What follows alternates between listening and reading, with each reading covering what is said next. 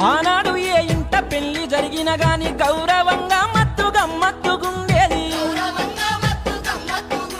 తల్లిదండ్రి పెళ్లి సంబంధము చూస్తే సచ్చినట్టు నచ్చి సంబూరపడుదురు.